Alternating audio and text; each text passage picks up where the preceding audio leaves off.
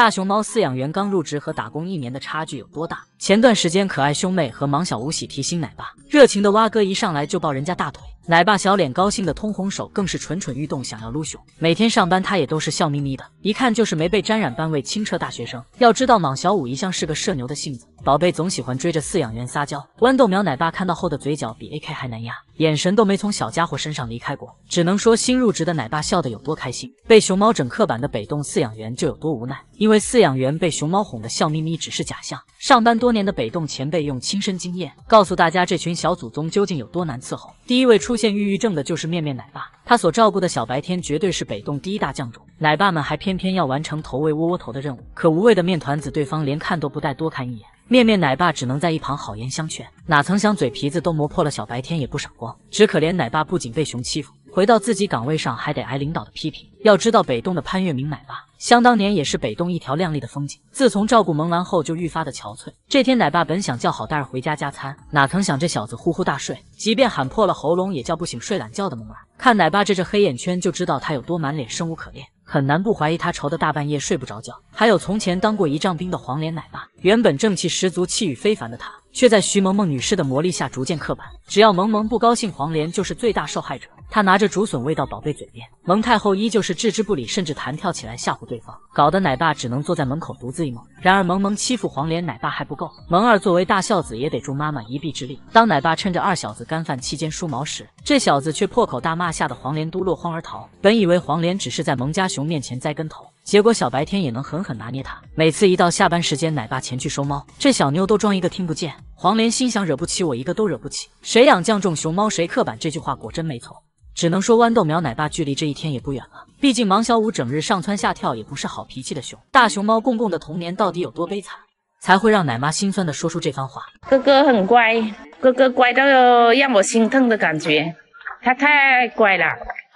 他就是吃，一点都不挑。公公13年出生于避风峡基地，从小和同父异母的弟弟顺顺一起长大。可刚满2岁的他们被借展到太原动物园，本以为公公和顺顺会走上熊生巅峰，哪曾想这才是他们噩梦的开始。不仅居住环境差到令人发指，还在长身体的2个小家伙经常饿得不行，只能靠游客掉落的垃圾来充饥。在长期睡在脏乱差的场地和不能按时补充营养的双重影响下，一度导致兄弟俩出现刻板行为。即便游客们看不下去，纷纷去投诉，动物园还是敷衍了事。而公公也是在忍饥挨饿的这段日子里，养成了勤俭节约的好习惯。他每次炫完竹笋，都要捡起残落的笋皮再吃一遍，以至于这一习惯一直延续到至今。等到公公和顺顺借展期满后，才来到海南打工。小家伙本以为自己只是换一个地方饿肚子，结果他们吃的竹子都是昂贵的黄金竹，这可是兄弟俩在老家四川都没尝过的美味。粉丝一开始还担心湿热的环境不适合大熊猫居住，结果动物园早就做足准备，孩子们居住的可是24小时豪华空调房。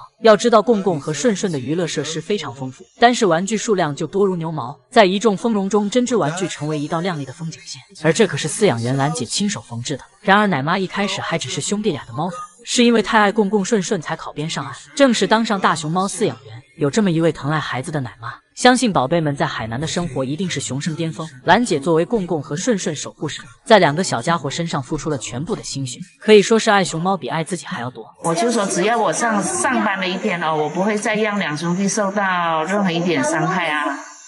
所以说对他们的关心会更加关心一点，超过关心我吧。难怪兄弟俩为奶妈而争风吃醋，只要兰姐没有单独喊2个宝贝的名字起床，公公和顺顺就会集体化身小醋包。我就叫我一起起床，哥哥就在那边骂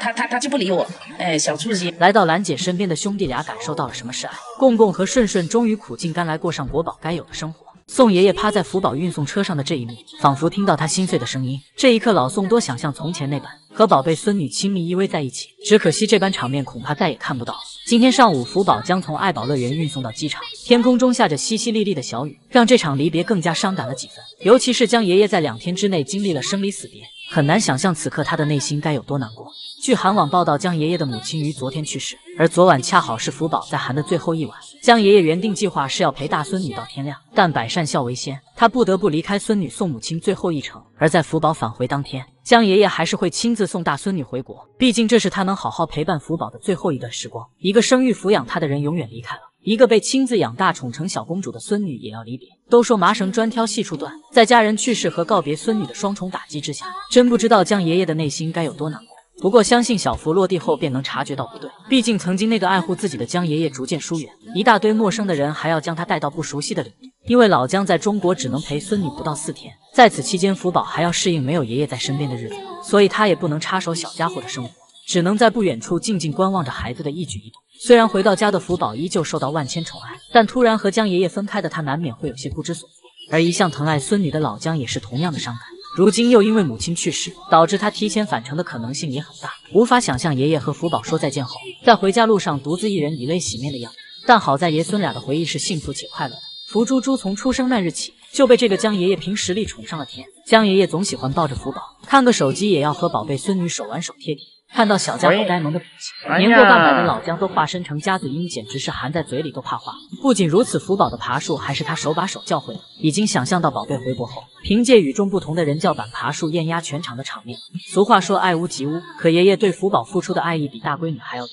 或许他也明白小家伙要提前一步回国，所以将自己的偏爱全部给了大孙女。当爱宝教育不懂事的调皮福猪猪时，江爷爷看到后赶忙阻拦，生怕宝贝孙女被磕着碰着一点。这像极了干扰父母教育孩子的人类爷爷，只希望福宝在回家路上慢一点，再慢一点，这样江爷爷就可以陪孙女度过一段难忘的旅程。这是世界上唯一存活的大熊猫3胞胎，眼前蹲在角落痛苦不堪的熊猫妈妈就是菊笑。此时她正在经历阵痛，等待着3胞胎的降临。接着突然的一阵疼痛让她不得不站起来，痛苦地靠在墙边，等待宝宝的降临。吃了奶妈给她的竹子补充体力后，菊笑渐渐平静下来，开始舔舐自己缓解疼痛。突然第一个宝宝就蹦了出来，菊笑立刻给宝宝舔舐身体，想要把宝宝叼起来。她把宝宝含在嘴里挪去了一个干净的地方，接着把宝宝抱在怀里帮他维持体温。突然第2个宝宝又蹦了出来，菊笑连忙叼起第2个宝宝清洁舔舐，然后把2个宝宝都抱在怀里。很快阵痛再次来袭，菊笑此时已经累得躺在地上，接着第3只也顺利出生。虽然自己已经精疲力尽，但菊笑还是挣扎着起身帮宝宝清洁身体。而他在照顾老3的时候，老大不小心从怀里掉了出来，菊笑手忙脚乱，根本照顾不过来3个宝宝，他只能抱起1个，另一只在地上不断扑腾。要知道，在野外的大熊猫如果生了双胞胎，熊猫妈妈只会选择最强壮的那只进行抚养，因此双胞胎的成活率非常低，更别说像菊笑这样3胞胎的妈妈。为了保证大熊猫的存活，菊笑的奶妈只能把孩子拿出来，放进保温箱里人工培育。由于熊猫宝宝离开了妈妈不能自己维持体温，所以奶妈只能一直捂着3个小宝贝，一旦松开熊猫宝宝就会大叫。我就是一手捂着一个，只要手一撒开，它就嗷的一声就叫。它叫的越多，体力消耗的越大，越有成活的能力越完蛋。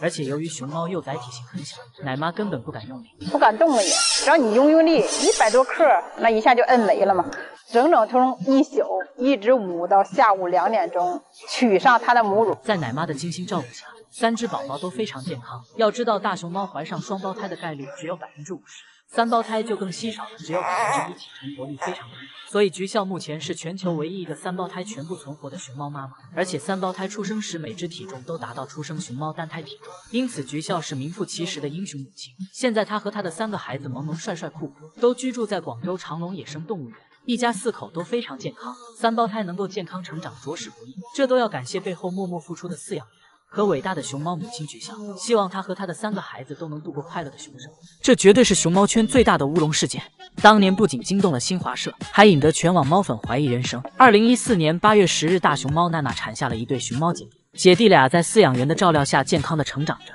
因为2只小熊从小就颜值超高，在一群熊猫宝宝中显得格外可爱，于是被浦发银行一眼相中，终身认养，并分别取名为普普和发发。姐姐普普有着像妈妈一样的漂亮脸庞，性格活泼好动，奶爸奶妈们都很喜欢她，粉丝还给她取了个银行家大小姐的称号。很快普普到了该找对象的年纪，由于美名远扬，远在大连动物园的大熊猫金虎早就对她倾慕已久，奶妈更是着急的要给2熊相亲。不久之后，普普被安排到沈阳野生动物园，这下金虎终于得到了近水楼台的机会，于是奶妈连夜买好火车票，要带着金虎去见未来媳妇。为了表达自己的诚意，奶妈甚至连婚房都布置好了，只为迎接2小只的洞房花烛夜。谁知意想不到的事情发生了。普普到达沈阳动物园后，身体突然出现异样，饲养员靠近一看，才发现他的腹部长了2颗肿瘤，这可把园方吓坏了，连夜组织专家对普普进行全身检查，检查结果却让所有人都目瞪口呆。原来4岁的银行家大小姐普普，其实自始至终都是只公熊猫，腹部凸起的2颗肿瘤就是它的蛋蛋。这一结果把饲养员都惊呆了。沈阳动物园还特别发布声明，向网友解释普普的性别问题。新华社为此还专门做了报道。消息一出，整个熊猫圈都炸了。银行家大小姐一夜之间成了大公子，弟弟发彻底失去财产继承权。据说那段时间各地动物园纷纷开始排查自己的熊猫是不是也有蛋蛋。更可怜的是，远在大连动物园的准新郎金虎，一夜之间老婆变老铁哥，谁受得了？据说事发之后，金虎整日参禅打坐，再不过问红尘俗事。奶妈只要提起普普的名字，金虎直接气得拍屁股走熊。金虎，你刚才听我说普普了，你走了，你不愿意听见普普呗？沈阳动物园方面也对普普进行严肃批评，希望他日常行为举止阳刚一点。都知道你是公熊了啊，你以后得注意点，别这么娘。而我们普普还是很听劝的，立马就展现出自己的男性荷尔蒙，一巴掌拍死喜鹊，差点开荤。从奶爸奶妈慌张的语气就可听出，要不拦着普普真有可能生吞了小鸟。哎，普普不能吃啊！不行吃啊，普普玩儿行。行了，普普不咬。天普普想提前下班，奈何奶爸迟迟不开门，气得他哐哐砸门。看得出银行家大少爷不过就算砸坏了也有解决办法，毕竟我们普普后台可硬着呢。大熊猫莽晨晨和莽星星跟饲养员外公的感情有多好？眼前这2只跟在饲养员身后跑起来神同步的小熊，就是重庆动物园的莽晨晨和莽星星兄弟俩的这一名场面，相信很多猫粉都看过。星星晨晨没事就喜欢跟在外公后面锻炼身体，然而他俩越跑越圆润，外公却越来越瘦。原因是每次锻炼完，外公都会给兄弟俩加餐。怪不得莽星星和莽晨晨能比同龄的熊猫大一圈，都是因为重庆动物园的伙食太好了。而莽晨晨还有一张火遍全网的出浴照，就是他扶着水管吐舌头，外公给他冲凉的画面。因为重庆夏天特别热，所以外公经常给2兄弟冲凉。只要看外公拿起小水管，兄弟俩就会屁颠屁颠的跑过来，可见他俩有多爱洗澡。外公给其中一只洗的时候，另一只还会吃醋，缠着外公给自己洗。不过最后的结局一般都是2兄弟给外公洗澡，外公身上都湿透了，2熊也不见缩水，是名副其实的实心熊。可见兄弟俩被外公喂得有多好。而莽晨晨还有一个特殊身份，那就是顶流女星花花的绯闻男友。凭借圆头圆脸的超高颜值，莽晨晨在一众熊猫中脱颖而出，成为很多猫粉心中和花花最配的小熊。然而听说他俩有估值关系，不知能不能配对成功。星辰兄弟的妈妈是大熊猫莽仔，也是被外公宠大的孩子，因此莽仔的脾气特别好，简直是熊猫界最温柔的妈妈。俩小熊一个压在妈妈身上，一个在下面咬妈妈的脸。莽仔被俩熊孩子折腾得精疲力尽，也没忍心动手打孩子，最多也只是推开或者落荒而逃。大熊猫成年后都有领地意识，外公却可以随意进出莽仔的院子。从小在爱里长大的孩子，或许就会更爱自己的孩子吧。而外公对星星和晨晨也照顾得无微不至，因此兄弟俩都非常黏外公。一次外公给他们喂完小苹果后就准备离开，没想到晨晨看到后就把苹果塞到嘴里去追外公，跑到一半还回来喊哥哥一起去追。于是外公最后也没摆脱到粘人的兄弟俩，外公让他们面对着游客吃苹果。2兄弟的眼睛却始终都在外公身上，可见他们有多喜欢外公。然而兄弟俩也有不听话的时候，一次莽晨晨就赖在树上不想下班，外公亲自来接也不为所动，直到外公使出杀手锏，用小苹果将莽晨晨引诱了回去。果然自己宠大的孩子还得自己哄。